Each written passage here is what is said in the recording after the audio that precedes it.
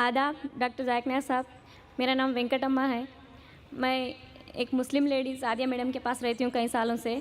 मेरा सवाल है, आप बोलते हैं कोई भी मज़हब गलत चीज़ नहीं बताता, गलत काम करने के लिए उत्सुक नहीं करता, और आप क्या वजह है जिसकी वजह से इस्लाम कबूल करने के लिए बोलते हैं तमाम मुस्लिम? Sister asked the question that she lives with a Muslim for several years. When I said that all the religions speak good things, then why do the Muslims ask me to accept Islam? Point number one, I say that all the religions, most of the things they say are good. But Islam, besides speaking good things, shows you a way how to achieve that goodness. And I give the example, all religions say don't rob.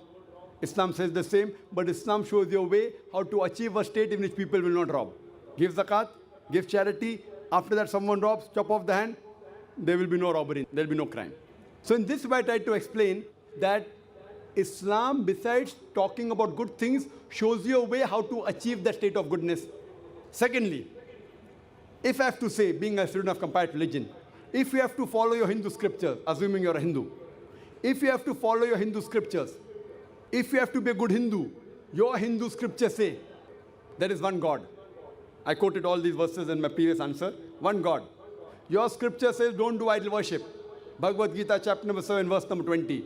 All those whose intelligence has been stolen by material desires, they worship demigods. They do idol worship. You have to believe in one God. I said in my lecture today that you have to believe in the Antim Rishi, the Kalki Avatar, whose father's name will be Vishnu Yash Abdullah. Mother's name shall be Sumati Amina, who will be born in the village of Sambala, Makkah, who will be born to the chief of the village of Sambala, chief of Makkah. He will be a messenger for the whole of humankind. He will get enlightenment at night in a cave. He will go northwards and come back.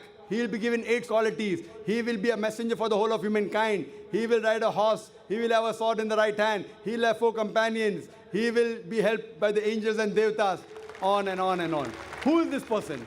If you are a good Hindu, you have to believe in the Antim Rishi, otherwise you are not a good Hindu.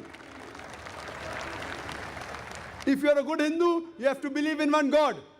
You don't have to do idol worship. Natasya pratima asti. Of that God, there is no pratima, there is no idol, there is no image, there is no photograph, there is no sculpture.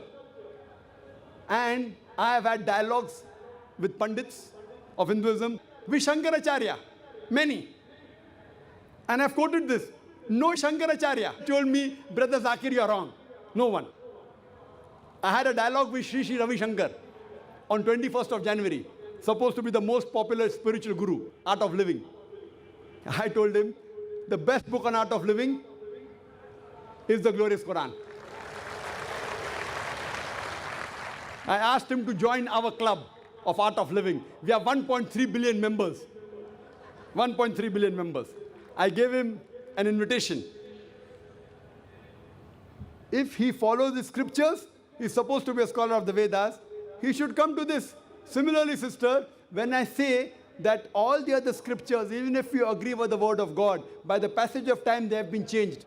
Swami Vivekananda says that 99% of the Vedas have been lost.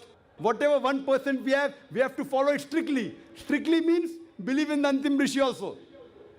So if you follow it strictly, you will have to believe in Muhammad Sallallahu Alaihi Wasallam, have to believe in the Quran. And I give you an invitation, sister, to come to this religion of peace so that you can come closer to Almighty God.